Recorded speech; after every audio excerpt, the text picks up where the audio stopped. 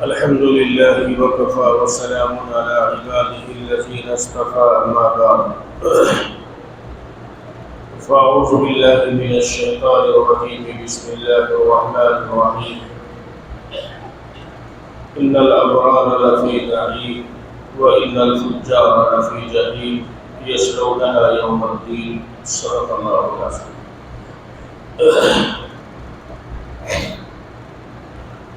تذکرہ چل رہا تھا آخرت کا دو جملے سے کہ جو انسان اس دنیا میں آیا ہے اس دنیا کو چھوڑ کے اسے جانا ہے. قبر کے متعلق کچھ گفتگو ہوئی تھی اور اس کے بعد میں میدان محشر کے متعلق کچھ بات چیت آئی تھی، کچھ گفتگو ہوئی تھی کہ جہاں تمام انسان جمع ہو گئے. حضرت آدم علیہ السلام سے لے کر قیامت کی صبح تک جتنے انسان اس دنیا کے اندر آئیں گے وہ تمام انسان میدان محشر میں جمع ہوں گے اور اللہ تعالیٰ ان سب کو جمع کرے گا. میدان محشر کی کیفیات اور وہاں کا منظر بڑا عجیب و غریب ہوگا. قرآن کریم میں اللہ تبارک و تعالیٰ نے اس کا ذکر کیا ہے اور بات آئی تھی کہ یوم یفر المرء من اخیہ وامہ وابیہ وصاحبتہ وبنیہ لکل امرئ منہم یومئذ شأن یغنیہ، کہ جہاں کوئی کسی کے کام نہیں آئے. دنیا کے وہ رشتے جو محبت پر ہوتے ہیں رشتے، اور بہت محبتیں ہوتی ہیں دنیا میں ان رشتوں میں، لیکن آخرت میں وہ محبوب رشتے بھی ایک دوسرے کے کام نہیں آئیں گے اور تمام انسان جمع ہوں گے. عجیب و غریب کیفیت ہوگی. حضور علیہ السلام کا ارشاد ہے کہ انسان برہنہ حالت میں میدان محشر میں ہوگا. تو حضرت عائشہ رضی اللہ تعالی عنہ نے سوال کیا تھا کہ یا رسول اللہ صلی اللہ علیہ وسلم اس وقت تو ایک دوسرے کو دیکھ کر شرم محسوس کرے. تو حضور علیہ السلام نے فرمایا تھا کہ عائشہ اس وقت اپنی اپنی پڑی ہوگی، کوئی کسی کو دیکھ نہیں رہا ہوگا. پھر اس میدان محشر میں ابھی حساب و کتاب بھی نہیں شروع ہوا ہوگا. قبروں سے نکل کر انسان میدان محشر میں جمع ہوگا. اب پوری انسانیت اس وقت اس بات کا متقاضی ہوگی کہ جلدی حساب شروع ہو جائے، جس کیفیات سے وہاں دو چار ہو گئے. چنانچہ لوگوں کے پاس جائیں گے، لوگوں سے مراد نبیوں کے پاس جائیں گے لوگ، اور نبیوں سے درخواست کریں گے جیسے حضرت آدم علیہ السلام ہے، حضرت نوح علیہ السلام ہے، اور دیگر انبیاء کے پاس لوگ جائیں گے کہ آپ اللہ سے اس بات کی سفارش کر دیں کہ اللہ تعالیٰ حساب و کتاب شروع کر دیں.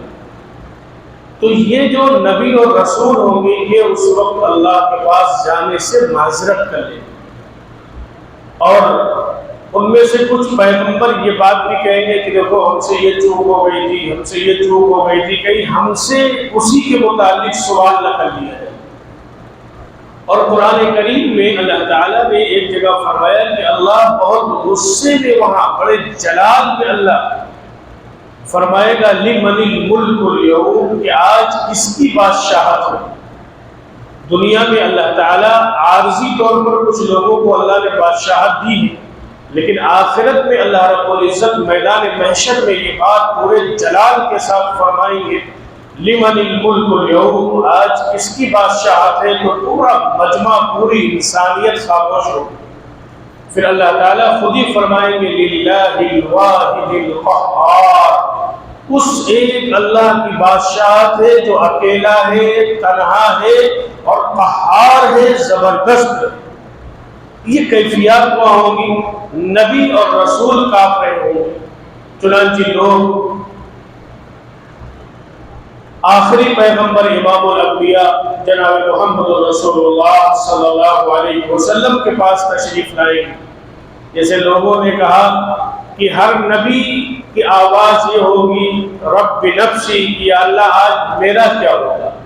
ہر نبی کی اپنی صدا ہوگی کہ آج میرا کیا ہوگا، لیکن حضور علیہ السلام کو واحد نبی ہوں گے جو یہ فرما رہے ہوں گے رب حب لی امتی، یا اللہ میری امت کا کیا ہوگا۔ تو پہلا مرحلہ جو ہوگا میدان محشر کا، کہ ابھی حساب و کتاب بھی شروع نہیں ہوا ہوگا، اس وقت لوگ جب امام الانبیاء سیدنا محمد رسول اللہ صلی اللہ علیہ وسلم کے پاس انسانیت جائے گی اور ان سے لوگ کہیں گے کہ آپ اللہ کے حضور سفارش کریں کہ حساب و کتاب شروع ہو سکے، تو احادیث میں آتا ہے رسول اللہ صلی اللہ علیہ وسلم نے ارشاد فرمایا کہ پھر ہم اللہ کے سامنے سجدہ کریں۔ حضور نے فرمایا، صحیح بخاری وغیرہ کی روایتیں ہیں، اور بہت لمبا سجدہ کریں، اور حضور فرماتے ہیں کہ پھر ہم اللہ کی تعریف بیان کریں، اور وہ تعریف آج ہم بیان نہیں کر سکتے۔ پھر اللہ تعالیٰ فرمائیں گے ارفع رأسک یا محمد، یا محمد صلی اللہ علیہ وسلم سر اٹھائیے، آپ جو بات کہیں گے وہ بات مانی جائے، اور آپ جس کی سفارش کریں گے اس کی سفارش قبول کی جائے گی۔ تو اس پہلے مرحلے میں حضور علیہ السلام اللہ تبارک و تعالیٰ کی بارگاہ میں عرض کریں گے کہ اللہ انسانیت کا حساب و کتاب لے لیجیے۔ پھر اس کے بعد میں حساب و کتاب شروع ہوگا، اور پھر نبی بھی سفارش کریں گے، اور دیگر لوگ بھی اللہ تعالیٰ کے حکم سے اور اللہ تعالیٰ کی اجازت سے دیگر لوگ بھی سفارش کریں گے۔ لیکن یہ مرحلہ ہوگا۔ مجھے اس وقت جو بات کرنی تھی، جو میں اپنی گفتگو کا موضوع بنانا چاہتا تھا، یہ ہے کہ جب جنتی جنت میں چلے گئے، یہ مرحلہ میدان محشر کا گزر جائے گا، اور جہنمی جہنم میں چلے جائیں گے، جن کے بارے میں جو بھی فیصلہ ہو اللہ تعالیٰ کی طرف سے۔ اب اس کے بعد میں جب جنتی جنت میں چلے جائیں گے، جہنمی جہنم میں چلے جائیں گے، تو اب جب جنتی تھوڑا سکون کہ ہم اپنی زبان میں کہیں سانس لے گا کہ اب ہم کو جنت مل گئی، اور جنت ملنے کا طریقہ کیا ہوگا کہ انسان کا جو نام اعمال ہے وہ داہنے ہاتھ میں دیا جائے گا۔ قرآن کریم نے وہ منظر بیان کیا، فَيَقُولُ هَاؤُمُ اقْرَءُوا كِتَابِيَهْ إِنِّي ظَنَنْتُ أَنِّي مُلَاقٍ حِسَابِيَهْ فَهُوَ فِي عِيشَةٍ رَاضِيَةٍ فِي جَنَّةٍ عَالِيَةٍ، کہ پھر جب اس کو نام اعمال داہنے ہاتھ میں ملے گا، ابھی وہ گھر والوں کو پہچان نہیں رہا، کوئی کسی کے کام آنے کو تیار نہیں تھا، لیکن جب نام اعمال داہنے ہاتھ میں ملے گا تو وہ دوڑ لگا دے گا کہ اپنے عزیزوں کے پاس جائیں، اپنے رشتہ داروں کے پاس جائیں، اور وہ کہے گا کہ وہ یہ پڑھو ہمارا نام اعمال، فَيَقُولُ هَاؤُمُ اقْرَءُوا كِتَابِيَهْ، دیکھو یہ پڑھو یہ ہمارا نام اعمال ہے، اور وہ یہ کہے گا کہ ہمیں اللہ سے یہی گمان تھا، ہم جو دنیا میں نیک اعمال کر رہے تھے تو ہمیں اللہ تعالیٰ سے یہی گمان تھا کہ اللہ تعالیٰ ہم کو نام اعمال داہنے ہاتھ میں دے گا۔ داہنے ہاتھ میں نام اعمال سرٹیفکیٹ ملنے کا مطلب یہ ہے کہ اللہ کی رضا اس کو مل گئی، سیدھے ہاتھ میں نام اعمال ملنے کا مطلب یہ ہے کہ یہ شخص جنتی ہو گیا اور اس کو جنت کا سرٹیفکیٹ مل گیا، تو اب وہ شخص سب کو خوش و خرم ہو کر دکھاتا پھرے گا فی جنت عالیہ، پھر وہ کہے گا کہ اب تو ہم کو اللہ کی طرف سے جنت مل گئی اور ہمارا داخلہ جنت کا یقینی ہو گیا، اس لیے کہ ہمارا نام اعمال دائنے ہاتھ میں دے دیا گیا۔ سورہ واقعہ میں اللہ تبارک و تعالیٰ نے 3 لوگوں کے بارے میں، یعنی 3 قسم کے لوگ وہاں پر ہوں گے، وہ منظر کھینچا ہے، لیکن پھر اس کے بعد میں جب جنتی جنت میں چلے گئے اور جہنمی جہنم میں چلے گئے، اب جب جنتی جنت میں جائے گا اور جانے کے بعد میں پھر وہ غور کرے گا، دیکھے گا اچھا ہمارے فلاں رشتہ دار تو جنت میں نہیں آئے، ہمارے بچے تو جنت میں نہیں آئے، ہمارے والد تو ابھی جنت میں نہیں آئے، اور ہماری بیوی تو جنت میں نہیں آئی، بیوی بچے جنت کے لیے. اب کوئی دنیا کا آدمی ہو تو کہنا چلو یہاں تو چھٹی ملی, بیوی نہیں آئی یہاں تو چھٹی, لیکن وہاں کیا ہوگا؟ ہر انسان یہ کہے گا.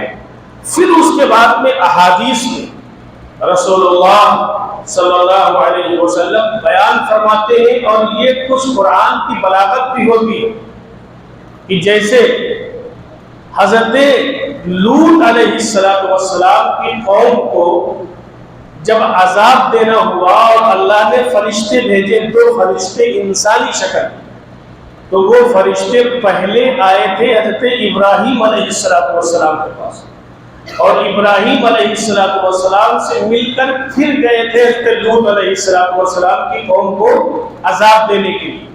اب جب یہ فرشتے یہاں سے جانے لگے تو حضرت ابراہیم علیہ السلام بڑے رحم دل تھے, تو قرآن کریم میں اللہ نے وہ منظر نامہ بیان کیا ہے, حضرت ابراہیم کی دعا کا منظر نامہ, کہ حضرت ابراہیم اس طریقے سے اللہ سے دعا کر رہے تھے کہ جیسے اللہ سے جھگڑا کر رہے, اللہ سے لڑ رہے. حالانکہ اللہ سے لڑنا حرام ہے, اس کو منع ہے, لیکن یہ قرآن کی بلاغت ہے.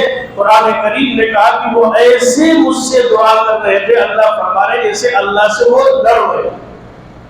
اسی طریقے سے آتا ہے احادیث میں, جناب رسول اللہ صلی اللہ علیہ وسلم نے ارشاد فرمایا کہ جب جنتی جنت میں دیکھیں گے یار ہمارے ساتھ رہنے والے جنت کے لیے, ہمارے بیوی بچے, ہمارے بھائی, ہمارے عزیز و اقارب یہ تو جنت میں آئے نہیں, تو احادیث میں آتا ہے کہ یہ لوگ اللہ سے گفتگو کریں گے, جنت والے اللہ سے بات کریں گے, اور وہ بات کیسی ہوگی؟ سفارش کریں گے, بات کریں گے, وہ بات ایسی ہوگی جیسے گویا وہ اللہ سے جھگڑ رہے ہو. مثال کے طور پر کوئی بھیک مانگنے والا آ جائے, کوئی بچہ, اور انسان نہ دینا چاہے اور اس کے بعد دے دو دے دو, تو وہ مانگنے کا انداز ایسا ہوتا ہے اس کا گویا وہ لڑ رہا ہے. تو وہ لڑ نہیں رہا ہوتا ہے, وہ اصل میں مانگ رہا ہوتا ہے, اور اس مانگنے میں اس کی شدت ہوتی ہے. تو اس شدت کے انداز میں مانگنے والا جس سے مانگا جا رہا ہے وہ یہ سمجھتا ہے کہ یہ ہم سے لڑ رہا ہوگا, اچھا لڑو لو, یہ 10 روپے لے لو, چھٹی دو. تو وہ لڑتا نہیں, وہ اصل میں مانگتا ہے. تو اسی طریقے سے جب جنتی جنت میں چلے جائیں گے اور وہ اپنے اطراف میں نظر دوڑائیں گے, تو جب لوگوں کو نہیں پائیں گے تو جانتے ہیں کیا کہیں گے اللہ سے؟ یہ جنتی اللہ تعالیٰ سے کہیں گے کہ کچھ لوگ دنیا میں جو ہمارے ساتھ رہتے تھے اور ہمارے ساتھ اٹھتے بیٹھتے تھے یا ہمارے گھر کے اندر رہتے تھے, تو یہ جنتی کہیں گے کہ یصلون معنا ویصومون معنا, کہ اللہ ہمارے یہ کچھ لوگ تھے, ہمارے دوست تھے, ہمارے دل ملنے جلنے والے تھے, جن کے ساتھ ہم بابا سور کو جا کے لسی پیا کرتے تھے, یہ لوگ جو ہے وہ دنیا میں ہمارے ساتھ نماز پڑھا کرتے تھے. یہ جنتی کہے گا یصلون معنا, کہ یہ ہمارے ساتھ نماز پڑھا کرتے تھے, وَيَصُومُونَ مَعَنَا, اور ہمارے ساتھ رمضان کے روزے رکھا کرتے تھے. تو وہاں یہ جنتی کیا پیش کریں گے اللہ کے دربار میں؟ یہ پیش نہیں کریں گے کہ اللہ دنیا میں جو ان کا آدھار کارڈ بنا تھا تو اس آدھار کارڈ کو آپ دیکھ لیجئے کہ ان کا نام مسلمان تھا. یہ نہیں کہیں گے, بلکہ اپنے اسلام کو اور ان کے ساتھ جو لوگ رہتے تھے ان کے مسلمان ہونے کو اور ان کے فرمانبردار ہونے کو پیش کریں گے کہ یصلون معنا ویصومون معنا, کہ ہمارے ساتھ نماز بھی پڑھتے تھے اور ہمارے ساتھ روزہ بھی رکھتے تھے. کیا پتا چلا؟ معلومات بے نمازی کا وہاں کوئی تذکرہ ہی نہیں. جنتی جو سوال کر رہے ہیں تو پیش کیا کر رہے ہیں؟ پیش یہی کر رہے ہیں کہ ہمارے ساتھ نماز پڑھا کرتے تھے, مسجد میں آتے تھے, ہمارے ساتھ صفوں میں ہوتے تھے, رمضان کا مہینہ آتا تھا تو ہمارے ساتھ روزہ رکھتے تھے, ہمارے ساتھ تراویح پڑھتے تھے. تو یہ چیزیں وہاں سے پیش کریں گے, وہاں نام نہیں پیش کیا جائے. تو معلوم یہ ہوا کہ آخرت میں بھی پیش کرنے کے لیے کچھ فرمانبرداری پیش کرنی پڑے گی, کچھ بتلانا پڑے گا نا کہ یہ کام تو مسلمانوں والے تھے, یہ وہ کیا کرتے تھے. اور اسلام میں داخل ہونے کے بعد یا شریعت اسلامیہ میں بالغ ہونے کے بعد سب سے اہم جو کام ہے وہ نماز ہے۔ اسی لیے تو کہا کہ یہ ہمارے ساتھ نماز پڑھا کرتے تھے، تو اس لیے بے نمازی کا وہاں کوئی تذکرہ نہیں ہوگا۔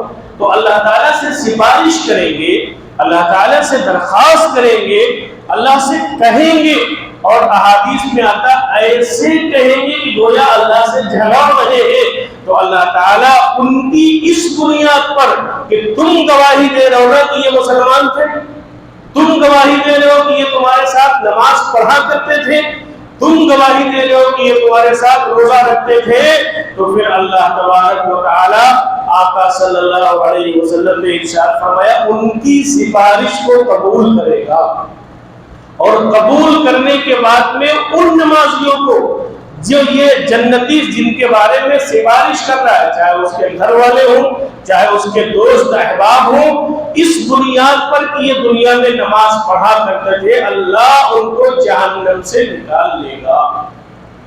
اور پھر جہنم کی حد بندی ہو، دیکھو دنیا میں سزائیں ہوتی ہیں، جیل چلا جاتا ہے انسان، سزائیں ہوتی، اب سزاؤں میں ریٹرن کچھ ہوتا ہے اور سزا کچھ دی جاتی ہے، اور پھر اس کے بعد میں کبھی کچھ موقع آتا ہے، کبھی ہوتا ہے کہ چلو یہ بڑا مجرم ہے اس کو چھوڑا جاتا ہے، باقی جو چھوٹے چھوٹے مجرم ہیں ان کو معاف کیا جاتا ہے یا ان کی سزائیں کم کی جا سکتی ہے۔ یہ دنیا میں ہم اور آپ دیکھتے ہیں، کسی کی سفارش صدر جمہوریہ نے کر دی پھانسی کی سزا ہو جائے، اور کسی کی سفارش صدر جمہوریہ کر دے تو اس کی سفارش مان لی جاتی ہے اور پھانسی کی سزا روک دی جاتی ہے۔ اسی طریقے سے مثال کے طور پر زنا کی سزا اللہ نے ایک متعین کر دی کہ ریٹرن میں زنا کی سزا یہ ہے، ریٹرن میں قتل کرنے کی سزا یہ ہے کہ اتنے سال جہنم میں جلنا پڑے گا، لیکن اللہ تبارک و تعالی کسی کی سفارش پر ان سزاؤں کی تخفیف کر دے گا اور ان سزاؤں میں کمی کر دے گا، جس کو کہتے ہیں حد بندی کر دی جائے گی، اور اس کے بعد میں پھر اللہ تبارک و تعالی اس کی سفارش کی وجہ سے ان جہنمیوں کو جنت میں جہنم سے نکال لیا جائے گا اور ان کو جنت کے اندر داخل کر دیا جائے گا۔ لیکن کام کیا ہے؟ نماز۔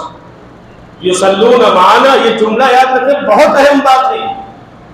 بے نمازی کا کوئی تذکرہ نہیں ہو رہا، بے روزہ رکھنے والا کا کوئی تذکرہ نہیں ہو رہا، احادیث میں تذکرہ ہو رہا ہے کہ یصلون معنا، ہمارے ساتھ نماز پڑھا کرتے تھے، ہمارے ساتھ روزہ رکھتے تھے۔ اس لیے یہ نماز جو ہم یہاں پڑھیں گے، یہ آخرت میں اگر کسی اور عمل کی وجہ سے جہنم میں چلے گئے تو یہ نماز ہم کو جہنم سے نکالنے کا ذریعہ بن سکتی ہے، اور اس نماز کی بدولت ہم جہنم سے نکل سکتے ہیں اور جنت میں داخل کیے جا سکتے ہیں۔ اب کتنے لوگ ہوں گے ہمارے ساتھ؟ 10-20 لوگ، 20-25 لوگ، 40-50 لوگ جن کی سفارش ایک جنتی کرے گا۔ اس کے بعد میں آتا ہے کہ پھر حضور صلی اللہ علیہ وسلم سفارش فرمائے۔ اب حضور کی سفارش جب ہوگی تو کتنی حضور کی سفارش ہوگی؟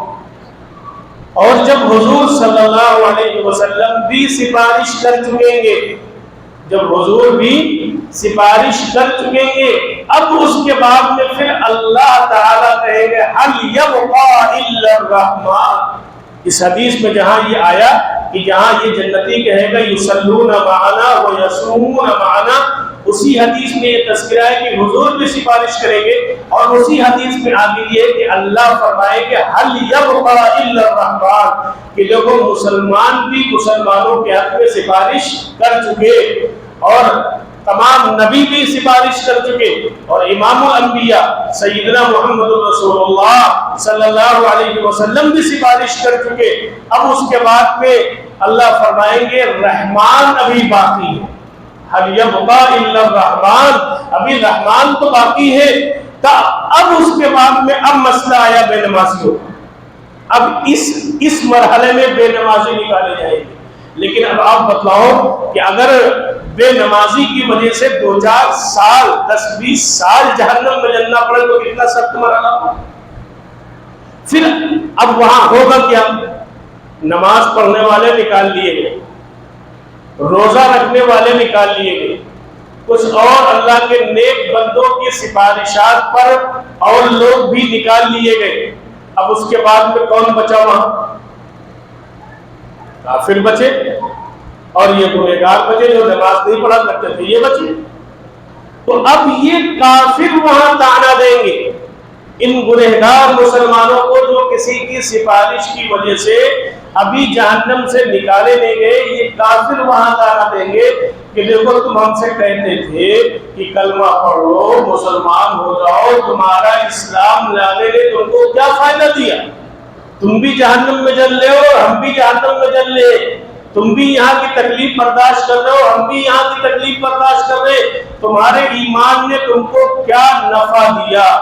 اس وقت جب سارے لوگوں کی سفارش ہو چکی ہوگی تو پھر اللہ کہیں گے نہیں، جو ہم کو ماننے والے تھے، جو ہم کو ماننے والے تھے، جنہوں نے زندگی میں ایک مرتبہ بھی ہماری وحدانیت کا اقرار کیا تھا کہ اللہ ایک ہے، ہماری وحدانیت کو تسلیم کر لیا تھا، تو اللہ کہیں گے آج تو ان دونوں میں تو مجھے فرق کرنا ہے نا، ماننے والوں میں اور نہ ماننے والوں میں فرق کرنا ہے. پھر اللہ فرمائیں گے هل يبقى الا الرحمن، اب تو رحمان کی باری ہے. اس کی مثال میں ایک اور دے دوں آپ کو. مثال کے طور پر کسی کی دو بیویاں ہو، ایک بیوی تھوڑا اکھڑ ہو کہ آپ کہیں چائے بنا لو، ہر وقت چائے بنواتے رہو، نہیں بنائیں گے. ذرا بیڈ کی جو ہے چادر بدل دو، نہیں بدلیں گے. اب وہ بات میں طعنہ دے رہی ہے، غصہ کر رہی، اور کوئی بات آپ کی ماننے کو تیار نہیں. لیکن جب کوئی پوچھتا ہے کہ یہ بتلاؤ کہ تمہارا شوہر کون ہے، تو کہتا دیکھو شوہر ہمارے ہی، ہمیں ان سے محبت ہے، لیکن ہم بس کسی وجہ سے ان کی بات نہیں مانتے ہیں. اور بطور مولانا طارق جمیل کی یہ ہمارے خاندانی بیماری ہے. ہماری اماں بھی اور ہماری خالہ بھی اپنے شوہر کی بات نہیں مانتی، تو اس لیے ہم بھی نہیں مانتے، لیکن ہم ان سے محبت کرتے ہیں اور یہ ہمارے شوہر ہیں. اور دوسری بیوی ایک ہو، وہ بڑی فرما بردار ہو، آپ نے کہا بیگم چائے بنا لو، جیسے گھنٹی بجائی آپ نے اس میں پلین پہ، ویسے روسٹر آ گئی، سر ہاں چائے، یہ لیجیے چائے. بیڈ کی چادر بدل دو، جی سر فوراً بدل دیا. یہ کر دو، فوراً کر دیا. یعنی مکمل طور پر آپ کی فرما بردار ہو، مکمل طور پر. اور اس کے بعد تو اس سے کوئی کہے تمہارا شوہر کون ہے، ہاں شوہر یہ بھی ہے، ان سے بھی محبت کرتے ہیں جو میاں بیوی والی محبت ہے، لیکن ہمارا ایک گرل فرینڈ ہے پرانا، اس سے بھی ہمیں محبت ہے. تو آپ کیا کہیں گے؟ کوئی غیرت مند آدمی اس بیوی کو جو فرما بردار ہے رکھنے کو تیار ہوگا؟ نہیں رکھے گا. ایک مرد اپنی بیوی میں شرکت برداشت نہیں کر سکتا. میرے دوستو اسی طریقے سے کل قیامت کے دن جہنم کے اندر اللہ تبارک و تعالیٰ فرمائیں گے کہ یہ نافرمان کفر کرنے والے، ہمارا انکار کرنے والے، اور ایک طرف اسی جہنم میں ہم کو اللہ ماننے والے موجود ہیں. تو اب ہماری غیرت یہ گوارا نہیں کر سکتی کہ دونوں ایک ساتھ رہے. هل يبقى الا الرحمن، پھر رحمان کی باری آئے گی اور اللہ تبارک و تعالیٰ ہر اس شخص کو جہنم سے نکال لیں گے جس کے دل میں رائی کے دانے کے برابر بھی ایمان ہوگا. اور پھر اس کے بعد میں جہنم میں کون بچے گا؟ صرف جہنم میں وہ لوگ بچیں گے جو اللہ کو نہیں مانتے ہیں، اللہ کو ایک نہیں مانتے ہیں اور اللہ کی خدائی میں لوگوں کو شریک کرتے ہیں. صرف جہنم میں پھر وہ بچیں گے. اس سے کیا ہوا؟ امیدیں بنتی ہیں اللہ کی ذات سے. اور میرے دوستو صورتحال یہ کہ میں نے جو شروع میں کہا تھا یصلون معنا ویصومون معنا، ہمارے بر صغیر میں صرف یہ معاملہ ہے نماز نہ پڑھنے کا، صرف بر صغیر میں. ورنہ آپ چلے جائیں دبئی، بڑا ماڈرن شہر ہے دبئی میں، بہت برائیاں ہیں، لیکن جب نماز کا وقت آئے گا تو وہاں کا بادشاہ بھی نماز پڑھ رہا ہوگا، وہاں کا وزیر بھی نماز پڑھ رہا ہوگا، اور آپ دیکھیں گے تو ایسا لگے گا کہ بڑا متقی، اس سے زیادہ کوئی پرہیزگار نہیں. آپ چلے جائیں عرب، وہاں کا بادشاہ بھی نماز پڑھ رہا ہوگا، وہاں کے ان کے وزراء کے لوگ بھی نماز پڑھ رہے ہوں گے. آپ چلے جائیں افغانستان، سارے لوگ وہاں کے نماز پڑھ رہے ہوں گے. آپ چلے جائیں ملیشیا کے بارے میں نے سنا کہ وہاں مرد عورت سارے مسجد میں آتے ہیں. جیسے ہمارے یہاں ٹوپی رکھی رہتی ہے، ایسے ملیشیا میں اسٹاف لٹکے رہتے ہیں کہ جو بچیاں، جو عورتیں، جو خواتین ہوٹلوں میں کہیں جاب کرتی ہیں، جب اذان ہوتی ہے تو دوڑی بھی آتی ہے اور اس کے بعد میں اسکارف لیا، مسجد میں ان کا ایک الگ سے حصہ ہوتا ہے، نماز پڑھی اور نماز پڑھنے کے بعد میں جیسے ہم ٹوپی اتار کر رکھتے ہیں ویسے انہوں نے اسکارف اتارا اور چلی گئی. تو معلوم یہ ہوا کہ ان ملکوں میں نماز نہ پڑھنے کا تصور ہی نہیں، ان ملکوں میں نماز نہ پڑھنے کا تصور نہیں. اور ہمارے یہاں کا تصور ہے مسجد کے بغل میں مسجد نہیں ہے، اذان کی آواز سنتے مسجد میں نہیں آنا، اذان کی آواز سنتے باتیں ہوتی رہتی مسجد میں نہیں آنا. تو میرے دوستو یہ نماز اتنی اہم چیز ہے کہ کل قیامت کے دن ہمیں اور آپ کو جہنم سے نکالنے کا یہ ذریعہ بنے گی.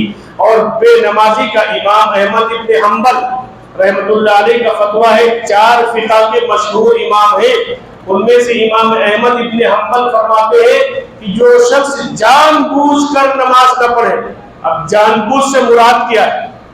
مثال کے طور پر آپ کو صبح 8 بجے 9 بجے ڈیوٹی پہ جانا ہے، 9 بجے آپ کو ڈیوٹی پہ جانا ہے اور آپ نے اپنے موبائل میں الارم لگایا 8 بجے کا کہ 8 بجے اٹھیں گے، نہائیں گے، تیار ہوں گے، ناشتہ کریں گے، نکل جائیں گے. فجر آپ کے ذہن میں ہی نہیں ہے کہ فجر پڑھنی ہے، آپ کا ارادہ ہی نہیں ہے فرض پڑھنے کی. اسی کے متعلق